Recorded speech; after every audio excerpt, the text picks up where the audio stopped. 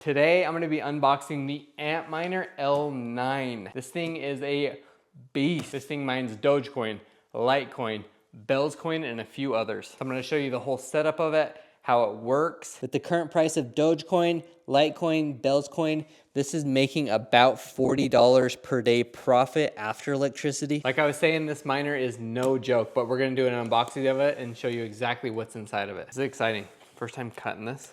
Oh yeah, nothing better than that. I can't tell you how long I've waited for this, and I'm actually super pumped to see what's inside of it. And it looks like it comes with a power cable, and I actually ordered a power cable, so wow. Yes, I actually ordered this power cable. This is a C20 to P13. I had to order this, and it actually came with it, so that's super nice. This is included with your Antminer L9. This is like a $30 to $40 cable, and they actually include it with it.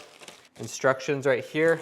I assume this tells you everything you need to know about the miner. Maybe we'll dive into that just a little bit later. This miner is actually packaged super well. Like, there's no way this thing is moving around in here. Look at the size of this foam. They're no joke. Bitmain is legit. Like, they actually care about their customers, and they want to send you a good, high quality product. Look at the size of that thing. Wow, this is amazing. Antminer, I don't know if you can read that. It says Antminer L9. Wow, I'm excited for this. Yeah, this is I don't even know how to get this thing out, but we're gonna carefully tip it on its side, support it, pull it out. Like I was saying, they package this very well. Wow, that is a beast of a miner. Like I was saying, they package it super well, so you have actually foam on the bottom and the top, and it fits really well. So let's just say you decide to resell it. I would highly recommend keeping the box, the foam, everything else, because if not, it's gonna be really expensive to ship it or buy a custom foam piece like this for it. So I would recommend, highly recommend keeping the box and all the foam pieces, the warranty cards, all the instructions. Just throw it back in the box. This is the Antminer L9. Wow, this is incredible. I'm gonna carefully cut the plastic a little bit with this box cutter, making sure I do not damage the miner itself. Look at this. Come check this out. Get a little closer. Look at that. L9, 16 gigahash.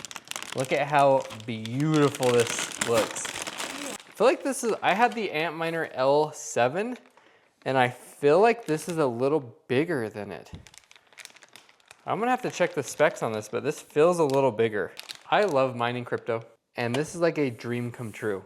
This is, wow, I'm speechless right now. No joke, this thing is heavy. Yeah, thanks. Wow. You wanna be super careful with it because there is chips in there. You could damage them. Sometimes with shipping and stuff, it moves around, so I would highly recommend taking maybe off this control panel part, checking the wires, making sure they're tight in there, making sure all the screws are tight in there, and then plugging it in. Running a few tests on it to see, but wow. Is this not beautiful? Look at that. Like I was saying, you have to plug this into 220 or 240. Look at the plug. That's a P13. I had never even heard of that before the Antminer L9. So that is a crazy looking plug. Before, I was using the C19, C20s, C13s, and C14s with the other miners.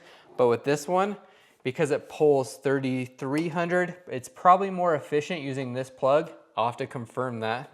But they did switch it from the C19 and C20 to the P13. It comes with 2 fans for the intake. And if you flip it around very carefully, there's 2 exhaust fans as well. I'm considering getting a mount for it that makes it a little more silent, but I'll have to see how it runs. But rumor has it, this miner is a lot more efficient than the L7. It pulls just as many watts, if not a little less than it, and it has a higher hash rate. Because this is mining at 16 gigahash, Whereas with my L7 that I had before was mining at 10 gigahash when I overclocked it. But look at the size of that. You can see right here, there's an Ethernet SD card if you need to update the firmware on it.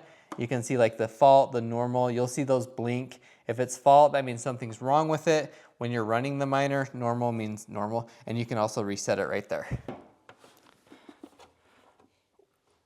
Yeah, can you see that? Look at those guns. Look at that. This is no joke. This is a big miner. Making about $40 a day profit after electricity.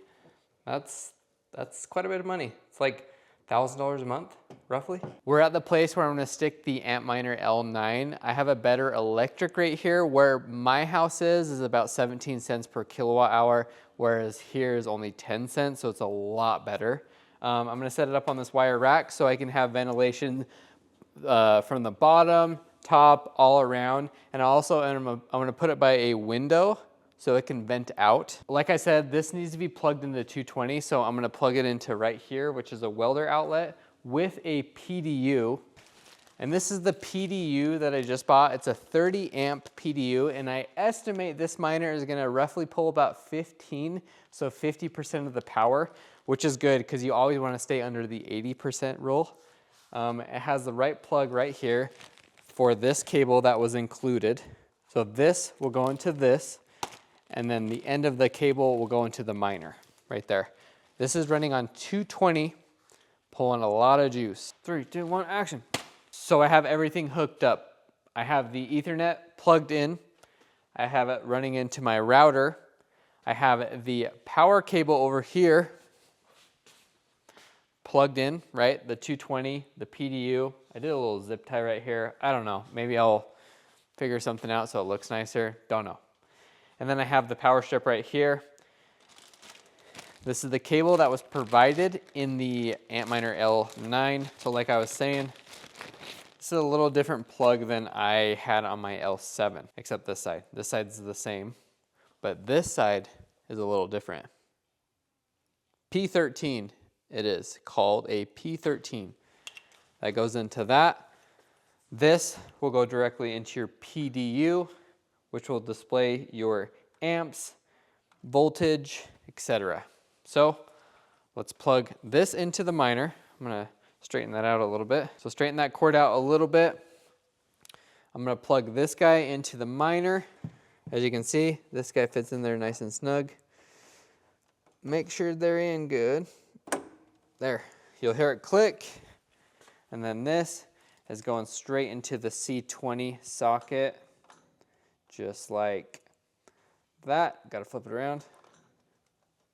Boom. So that's pretty much it. We gotta program it. As soon as we get this thing up and running, you'll hear the fans kick on, which I'm gonna do in just a few seconds, and then you'll hear everything start to go.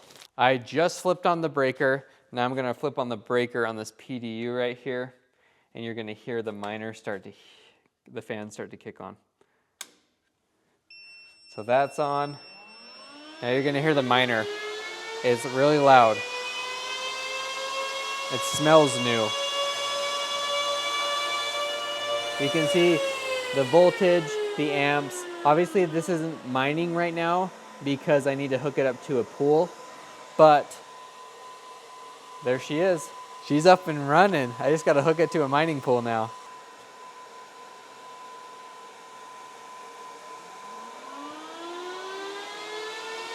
Sounds like a siren. I just hooked everything up to amp pool, and now we are officially mining right now. As you can see, the amps are going up. So we're at 10 amps right now. The miner's actually mining. Still looking good. The fans are not as high as they were. So I'm curious to see what it actually sounds like when it starts mining, legitly. But as of right now, that's what it sounds like. Excited to get this thing up and running.